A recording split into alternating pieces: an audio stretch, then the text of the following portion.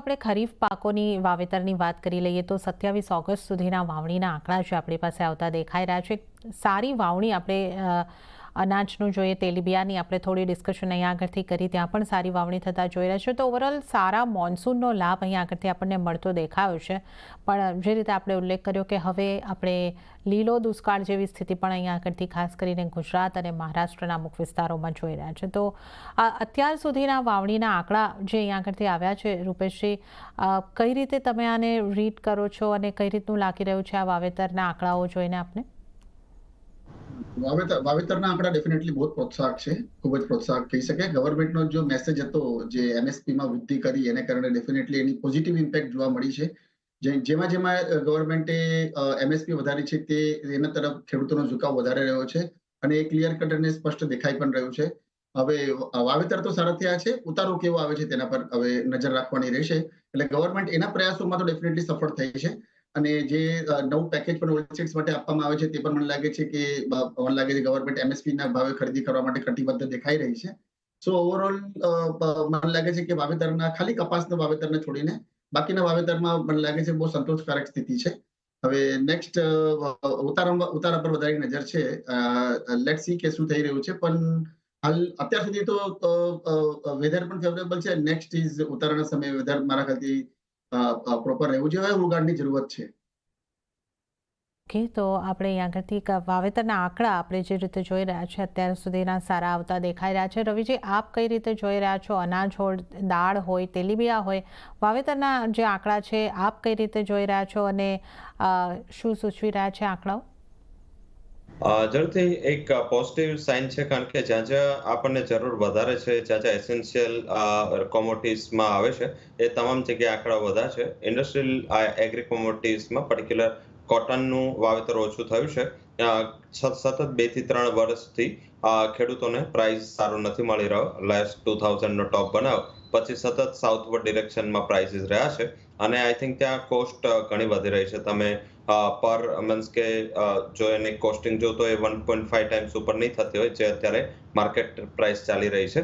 કારણ કે ત્યાં શું છે, ઇનપુટ પ્રાઇસ પણ વધુ છે, રોગ ઘણા નવા આવે છે અને આ ઉપરાંત જોઈએ તો સતત જે ઇન્ટરનેશનલ ડિમાન્ડ છે એ કોટનની નીચે રહી છે અને એના હિસાબે ઇન્ડસ્ટ્રી સારું પ્રાઇસ પણ નથી આપી રહી. તો મારા હિસાબે કોટન એક એવી કોમોડિટી છે જ્યાં વાવેતર ઘટ્યું છે.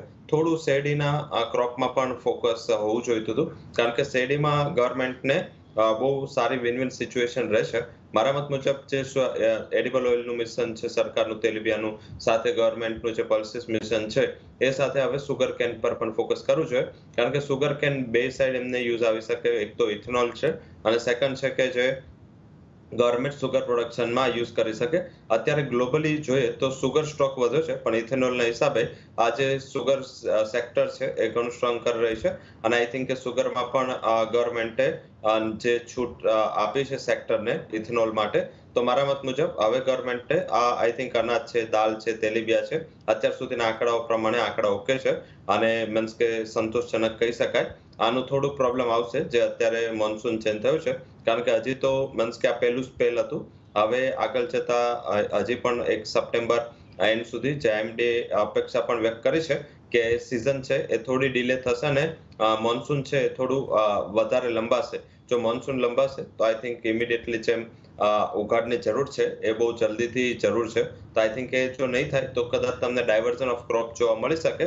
પરંતુ ઓલ ઓવર અત્યાર સુધીની વાવણીની સિચ્યુએશન જોતા મારા મત મુજબ કોટનને જે ઓછા આંકડા આવ્યા છે, હવે જ્યારે ત્યારે રિયલાઇઝેશન આવશે કે જ્યારે ત્યારે અત્યારે જે મોન્સૂનનો સ્પેલ છે એ રીતે મારા મત મુજબ આંકડાઓ હજી પણ ઘટી શકે છે. આઈ થિંક કે ઘટવાનું રીઝન એવું હોઈ શકે કે ઘણો ક્રોપ છે સૌરાષ્ટ્રમાં એ આ વરસાદના હિસાબે ફેલ ગયો છે. ઓકે, તો વરસાદને કારણે પાક અહીંયા આગળથી ફેલ થતા આપણને દેખાઈ રહ્યા છે અને ક્રોપ ડાયવર્ઝન પણ અહીંયા આગળથી થઈ શકે છે. તો આ એક ઇમ્પેક્ટ દેખાય છે રહી છે. ત્યારે જ આ વરસાદ છે એને કારણે ખેડૂતોને પણ ઘણી બધી સમસ્યા થઈ રહી છે. તો રાજકોટના ધોરાજી પંથકમાં ભારે વરસાદ પડતા ખેડૂતોને ભારે નુકસાન વેઠવાનો વારો આવ્યો છે. કુદરતી આફતને કારણે હજારો વીઘા ખેતરમાં ખેતી પાકોને નુકસાન પહોંચ્યું છે. અનેક ખેતરો હજુ પણ પાણીની અંદર ગરકાવ છે. મોંઘા ભાવેના બિયારણ, જંતુનાશક દવાઓ સહિતની સામગ્રીનો ખર્ચો ખેડૂતોને માથે પડ્યો છે. ખાસ કરીને કપાસ, મગફળી, તુવેર સહિતના પાકને મોટું નુકસાન છે. ત્યારે ખેડૂતો સરકાર પાસેથી યોગ્ય વળતરની માંગણી કરી રહ્યા છે. ગોઠણ પાણી છે અને કપાસ ને મગફળીનો પાક ફેલ થઈ ગયો છે. કોઈ હિસાબે હવે નવું વાવેતર થઈ શકે એમ નથી અને જે કાંઈ પૈસા હતા બેંકોના ધિરાણ લીધા હતા એ પૈસા બધા પટી ગયા છે. હવે નવા ધિરાણ માટે કાંઈ અમને બેંકો આપે એમ નથી અને હવે અમારી પાસે પૈસા છે નહીં. એટલે હવે મહા મુશ્કેલી અમને કોઈ સરકાર સહાય કરે અને કાંઈ પૈસા આપે તો અમે કાંઈ નવું વાવેતર કરી શકીએ એમ થઈ. અત્યારે ખેડૂતનો મોલ બહુ નુકસાન વાળો છે, કારણ કે કપાસ તો હાવ ફેલ છે. હજારો વીઘા જમીનમાં કપા ફેલ છે અને કપામાં વીઘે 10,000નો ખર્ચો થયો છે. કારણ કે કપાની અંદર અત્યારે મોટો છાતી દીઠ કપા હોય, માલ હોય, જીંદવા હોય, હોવા જીંદવા, એને બદલે હજી 2 ફૂટના જ કપાસ છે બધી જમીનની અંદર. કપાસની અંદર બહુ નુકસાન છે. તો રૂપેશજી, જે રીતે અહીંયા આગળથી ખેડૂતોએ કપાસના પાકને નુકસાનની પણ વાત કરી છે, મગફળીના પાકને નુકસાનની પણ આપણે અહીંયા આગળથી વાત કરી છે, તો ઓલરેડી મગફળીનું વાવેતર આપણે સારું થયું છે એવા જાણ્યું, પણ કપાસનું વાવેતર પણ ઓછું છે અને જે વાવેતર છે ત્યાં નુકસાન છે. તો હવે શું સ્થિતિ અહીંયા આગળથી બનતી આપને લાગી રહી છે? કપાસ એ ડેફિનેટલી ચિંતાનો વિષય છે, કારણ કે કપાસનો ક્રોપ 4 થી 4.5 ફૂટની આસપાસનો ક્રોપ હોય છે. વરસાદ પડી ગયો દેટ ઇઝ એને કારણે એટલું બધું નુકસાન નથી, પણ જે પ્રમાણે વિન્ડ આવી ગઈ એટલે હવાનું જે ફૂલ પ્રેશરમાં હવા આવી એને કારણે જે ઉભા પાક હતો તે મારા ખ્યાલથી જીરી નથી શક્યા. એને કારણે એકચ્યુઅલ જોવા જઈએ તો જે ફૂલ પણ આવી ગયા તે પણ ગરમાઈ ગયા અને જે આખું ધીમે ધીમે જે છોડ ઉભો થયો હતો તેને પણ બહુ મોટા પાયે નુકસાન થયું છે. તો મને લાગે છે કે અરાઉન્ડ 15% થી 20% નું નુકસાન તો મિનિમમ હાલના તબક્કે દેખાય છે, પણ એકવાર પાણી ઓસરવા બાદ અને થોડોક ઉગાડ નીકળ્યા બાદ જ ચિત્ર સ્પષ્ટ થશે એમ દેખાય છે. હાલના તબક્કે સૌરાષ્ટ્રમાં કપાસના ક્રોપની સ્થિતિ બહુ ચિંતાજનક કહી શકાય. ઓકે, તો સૌરાષ્ટ્રમાં આ ક્રોપને માટે ખાસ કરીને ચિંતાજનક સ્થિતિ દેખાઈ રહી છે અને થોડો ઉઘાડ હવે આવે તો ખેડૂતોને પણ રાહત મળે અને આ પાક પણ થોડા આપણને સચવાતા દેખાઈ શકે છે. તો ઓવરઓલ આપણે અહીં આગળથી ઘણી એગ્રી કોમોડિટીઝ અંગે અહીં આગળથી ચર્ચા કરી. ખાદ્ય તેલીબિયાં, કપાસ, દાળ તમામને આપણે સ્પર્શવાનો પ્રયત્ન કર્યો છે. રૂપેશજી આપનો અને રવિજી આપનો ખૂબ ખૂબ આભાર. આપ સમય ફાળવી અમારી સાથે આ રજૂઆતમાં જોડાયા, ખાસ ચર્ચામાં ભાગ લીધો. તો આ સાથે જ